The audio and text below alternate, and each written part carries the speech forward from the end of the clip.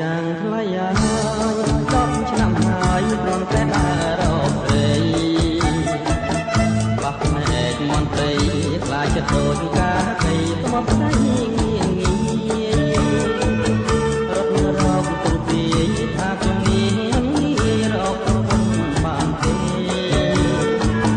ដូចជាត្រូវដែរអាយុជាង40តែកំឡុង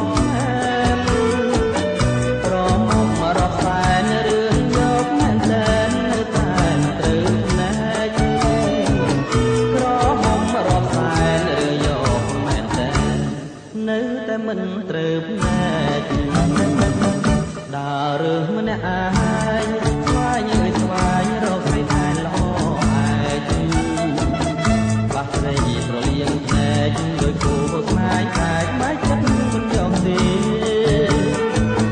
គុំទៅពឹងគេបាំងលើស្រីខ្មៅឯខ្មៅដូចឯងគឺដូចចម្លាក់ប្រលេង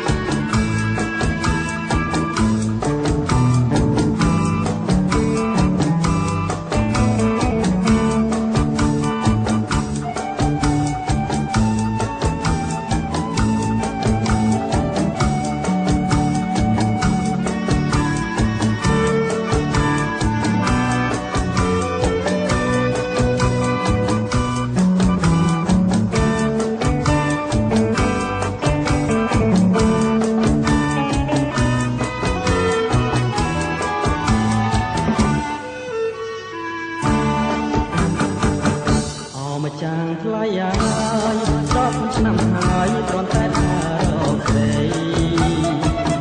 បាក់ភ្នែកមន្ត្រីអាចចិនដូចកាកៃត្បាក់ព្រៃងាយរត់រកទូទាយថាជំនាញរកប្រពន្ធបានទេដូចជាត្រូវដែរអាយុជាង40តែកំឡុង